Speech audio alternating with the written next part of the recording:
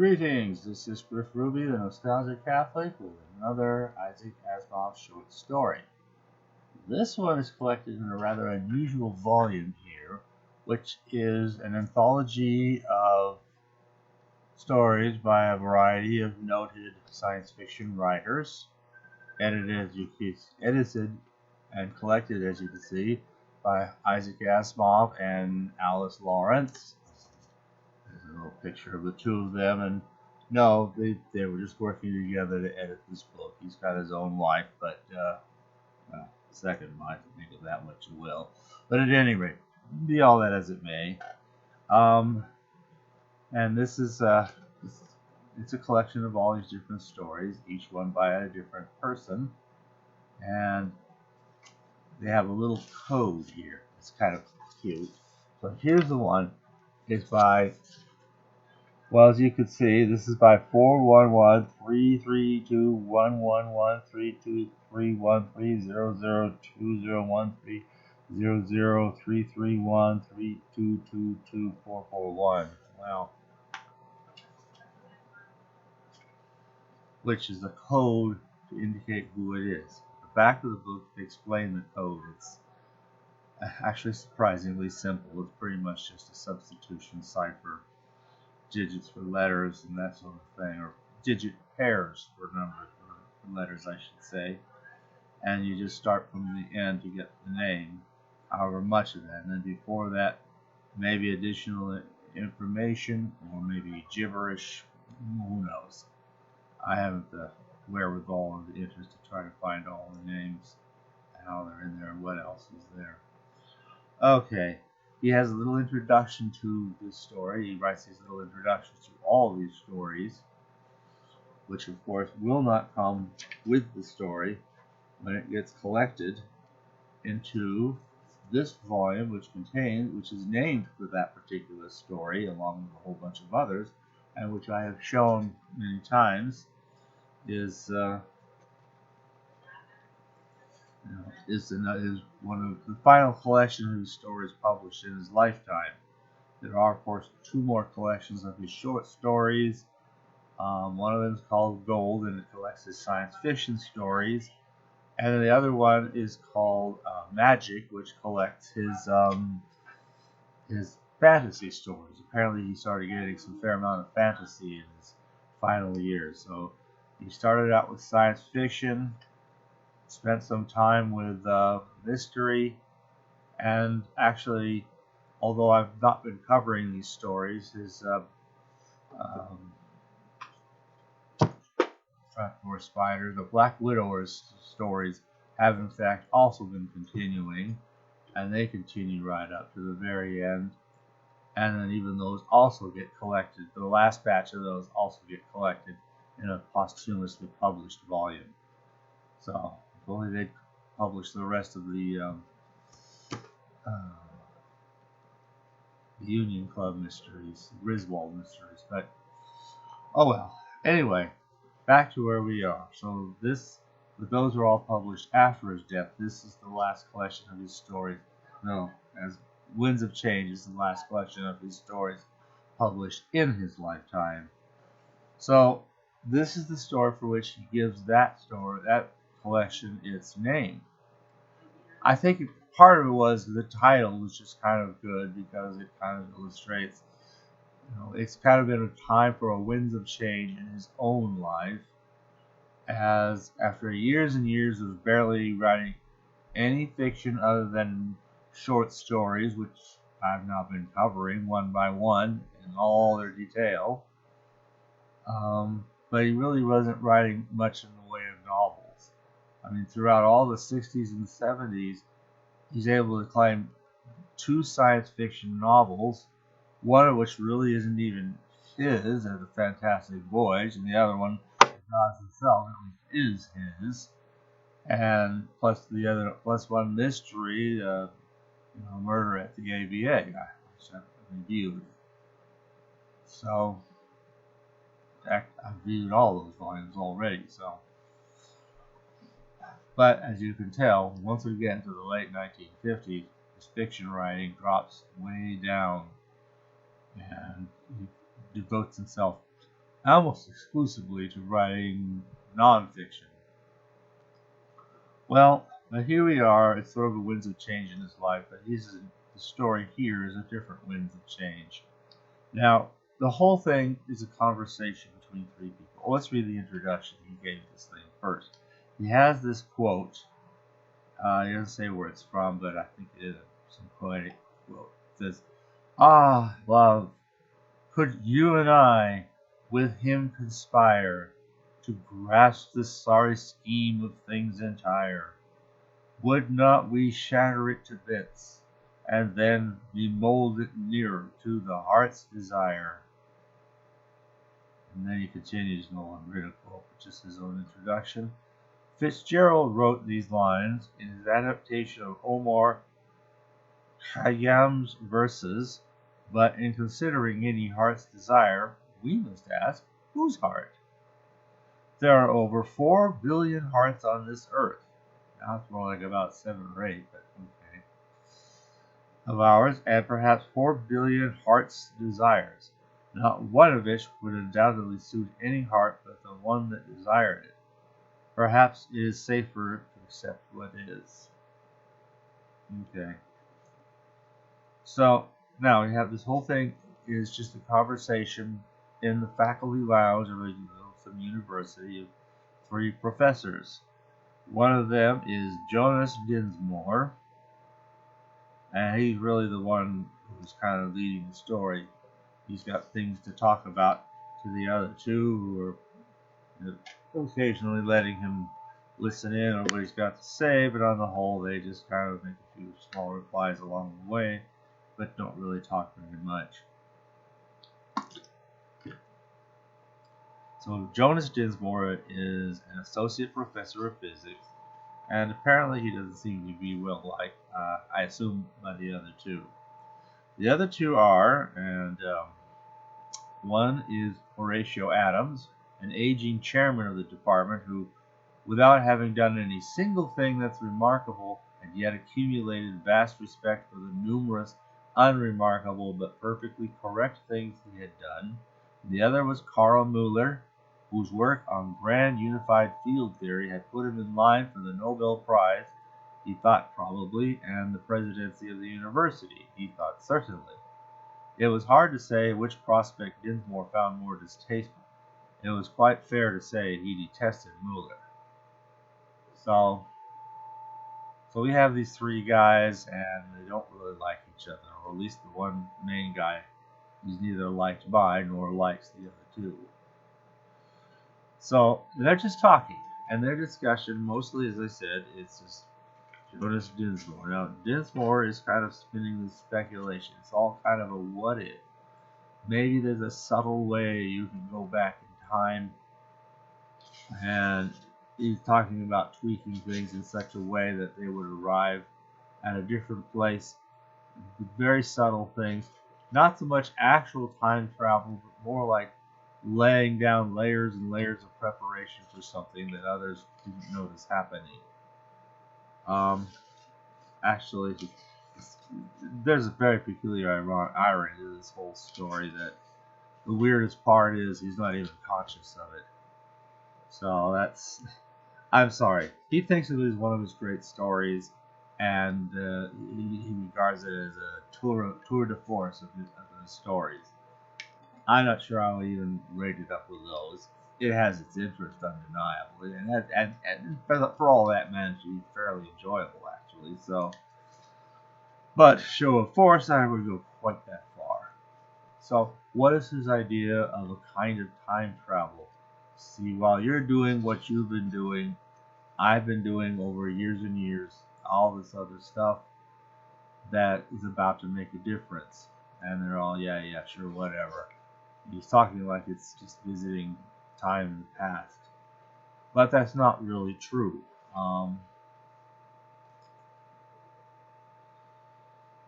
So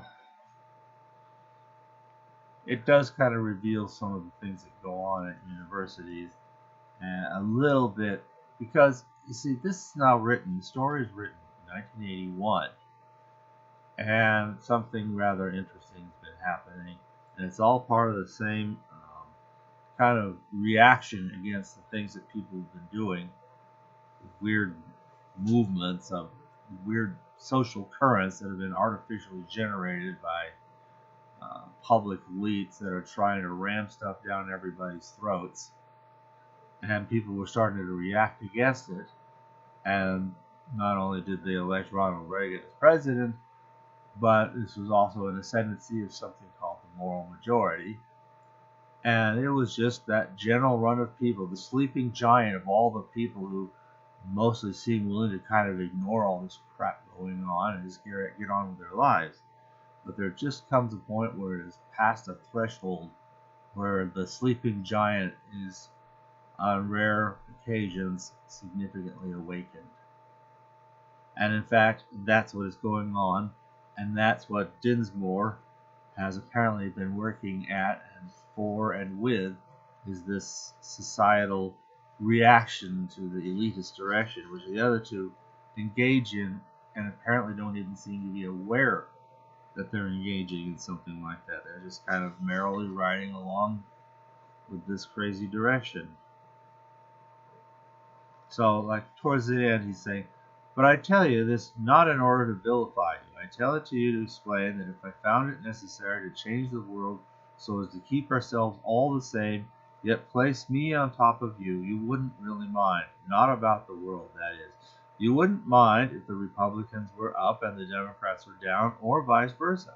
If feminism were in flower and professional sports under a cloud. If this fashion or that in clothing, furniture, music, or comedy were in or out. What would any of that matter to you? Nothing. In fact, less than nothing.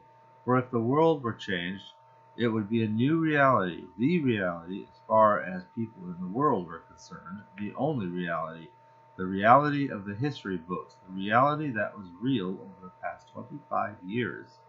If you believed me, if you thought I was spinning more than a fantasy, you would be helpless. Could you go to someone in authority and say, that's not the way things are supposed to be. It has been altered by a villain. What would that prove but that you were insane? Who would believe that reality is not reality when it is the fabric and tapestry that has been woven all these 25 years in so incredibly intricate a fashion, and when everyone remembers and lives the weaving? So, is it real time travel when you've simply been carrying something out over a long, long time, gradually building and weaving, and leading many others in the weaving, many who may not be particularly aware of weaving anything? So, but they're skeptical. However, he's able to announce, you yourselves do not believe me. You dare not believe that I am not merely speculating about having gone back in the past, about having studied you both, about having labored to bring about a new reality in which we are unchanged, but alas, the world is changed. I have done it. I have done it all, and I alone remember both realities, because I was outside time when the change was made, and I made it. So, I mean, it is kind of a what if, but on the other hand, it's also kind of part of something that's been going on. Not for 25 years. I'm sorry, but oh well. And how does it all end? So here's the thing that's going to happen. How is this associate professor of physics, who doesn't even be very well liked by the department chair and this other leading professor who's probably in line to be the president of the university, and yet how is he going to be in a position not by changing any of who any of them were, but by changing the world around them in ways that only he's aware of?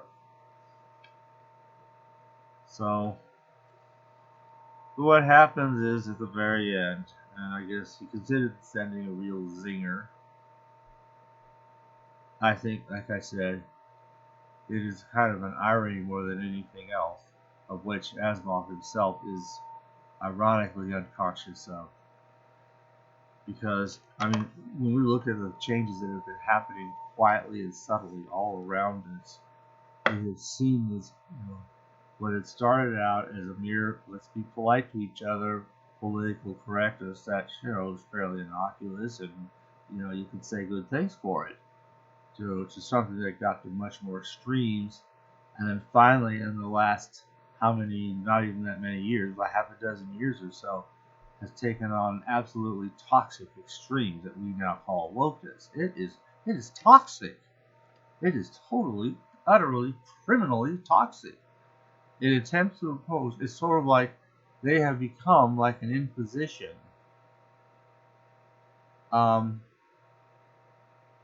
Except you're no longer, taken over and mistreated, canceled, tortured, whatever, for actual evil, but for doing the right thing. And that's a very big difference. And we're, finally, at least our country, and actually apparently a number of other countries around the world, are finally reaching that point of just wanting to say, well, that's just enough. If anything, a lot of us, just ordinary folks, who would like to just get on with our lives, and have been seeing this stuff surrounding us. Well, when the water was at our ankles, we didn't care that much. We could still get about. Even when it was at our waist, we could still maneuver about. And now it's like passing our ears. And it's getting to that point, this is more than enough. We're way past enough. And the sleeping giant is starting to wake up, culturally, politically, and in many places around the world. You see? But again, so I guess you could say it's kind of a new moral majority moment that we're kind of entering into. So the vast majority of human beings around this planet pray. Hope and pray and are actually willing to take a little bit of time out of their difficult lives to try to help. And good on all those who do. May they escape the concentration camps of today's new toxic woke left. So, but who knows? So, but he's somehow seeing this thing as if it were going to be toxic because the door was flung open. In stepped a man whose sober gray garb and wide white collar, tall buckled hat, and large bronze cross proclaimed him a captain in the dreaded Legion of Decency. He said nasally, "Horatio Adam, I arrest you in the name of God and the congregation for the crime of devilry and witchcraft." Wow, straight out of Salem here, Not that, the moral majority right is even remotely near anything like that. But he portrays it. But like I said, this is the irony he doesn't notice, is that his own side of the equation is really every bit guilty of everything short of just the clothing style, and what is it? And bronze cross. They're really guilty of the same thing, only far worse, because you are guilty of doing the right thing. You are guilty of trying to, raise your children to allow them to feed and be children while they're still children, to be able to play in an innocence that later life will force us to move out of. Can you imagine this fact that a mere 10 years ago or less, people on both sides of all the biggest political divides would have readily, instantly agreed that you don't want to inflict pornography on little kids? They would have agreed. Everyone would have agreed, all sides. Now, that has become an opinion that continues to be held on one side very solidly, and the other side has thrown it off to the wind. They've abandoned it. No, show these kids stuff. Bring them to parties where these guys dress up as girls and get... I don't want to get the rest of it. Anyway, so here's this story. I guess he throws one more little kicker with the last line, which I'll save for when you want to read the story for yourself. It's, like I said, in terms of the right, it doesn't make a scrap of sense. In terms of today's left, that's already here. So, anyway, it's been a fun story. It's been interesting. I don't put it up there with its great classics, but it holds its own. If only and primarily because it's ironic, unself-consciousness of how ironic it really is. Anyway, that's what I have to say for the winds of change. Thanks for listening.